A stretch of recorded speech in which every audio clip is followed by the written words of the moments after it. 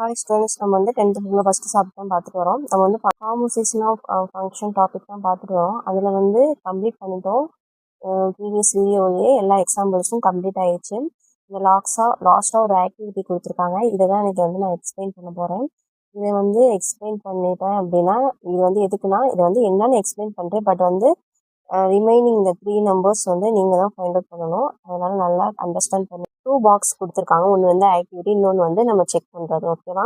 First பாருங்கள், இந்த ஆக்டிவிட்டியில் வந்து என்ன சொல்லியிருக்காங்க பாருங்கள். 3 பாக்ஸ் கொடுத்துருக்காங்க. நமக்கு எஃப் ஃபங்க்ஷன், ஜி ஃபங்க்ஷன் கொடுத்துருக்காங்க. பட் வந்து நம்ம கச் ஆஃப் எக்ஸ் தான் ஃபைண்ட் அவுட் பண்ண சொல்லியிருக்காங்க.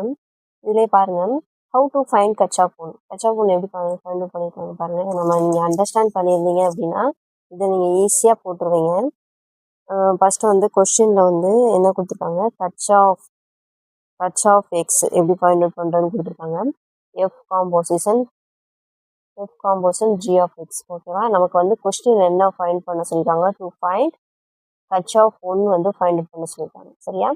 இப்போ வந்து அதே ஃபார்முலா போய் ஒன்று சப்ஸ்டிட்யூட் கச் எக்ஸ் போகலாம். F composition of g of ஒன்று. ஓகேவா? இப்போ வந்து இந்த இதில் பாருங்கள், ஃபர்ஸ்ட் நம்ம வந்து ஜி ஃபைண்ட் அவுட் பண்ணணும். அந்த வந்து ஆன்சருக்கு வந்து எஃப் ஃபைண்ட் அவுட் பண்ணணும். ஓகேவா? இதில் பாருங்கள், எக்ஸுக்கு பதிலாக 1, சி ஃபங்க்ஷனில் வந்து எக்ஸுக்கு பதிலாக 1 இருக்குது. அப்போ அந்த 1ல் போய் பாருங்கள், ஃபைண்ட் அவுட் பண்ணுங்கள். என்ன கொடுத்துருக்காங்க, இதே நம்ம கொடுத்துருக்க ஜி ஃபங்க்ஷன், அதில் எக்ஸுக்கு பதிலாக 1 கொடுத்துருந்தாங்களா? அப்போ இந்த இருக்குது எக்ஸு, இந்த எக்ஸில் இன்னும் 1 இருக்குது. இந்த 1க்கு நேரம் என்ன இருக்குது, 2 இருக்குது. சரியா? அப்போ வந்து இந்த இடத்துல என்ன கிடைக்கும், நமக்கு என்ன சப்ஸ்டிட்யூட் பண்ணணும், எஃப். இதை ஃபஸ்ட் நம்ம வந்து எஃப் ஆஃப் ஜி ஆஃப் ஒன்றுன்னு எழுதிக்கிறோம். இப்போ எஃப் ஆஃப் இந்த ஜி ஆஃப் ஒன்னோட வேல்யூ நமக்கு என்ன கிடச்சிச்சு, 2 கிடச்சிச்சு. இப்போ எஃப் ஆஃப் 2னா என்ன, இங்கே எக்ஸுக்கு பதிலாக என்ன இருக்குது, 2 இருக்குது. அப்போ வந்து அதே மாதிரி இங்கே எக்ஸுக்கு பதிலாக எக்ஸில் இருக்க இடத்துல 2 இருக்கா, இந்த எக்ஸு 2க்கு நேரம் நமக்கு என்ன இருக்குது, 3 வேல்யூ இருக்குது. சரியா? அப்போ வந்து எஃப் ஆஃப் 2ஓட வேல்யூ நமக்கு என்னது, 3. அப்போ therefore கச் ஆஃப் ஒன்னோட வேல்யூ 3. அவங்க அந்த கொடுத்துருக்க ஆன்சர் கரெக்டாக கிடச்சிருச்சா, கச் ஆஃப் 3 எக்ஸில் வந்து கச் ஆஃப் ஒன்னோட வேல்யூ 3ன்னு நம்ம ஈஸியாக ஃபைண்ட் அவுட் பண்ணிட்டோம். அதே மாதிரி நீங்கள் என்ன பண்ணுங்கள், கமாண்டில் 2, 3, 4க்கு இப்போ நான் சொல்லி கொடுத்த மாதிரியே ஃபைண்ட் அவுட் பண்ணி இது கமாண்டில் லீவ் பண்ணுங்கள் பார்ப்போம் ஸ்டூடெண்ட்ஸ்.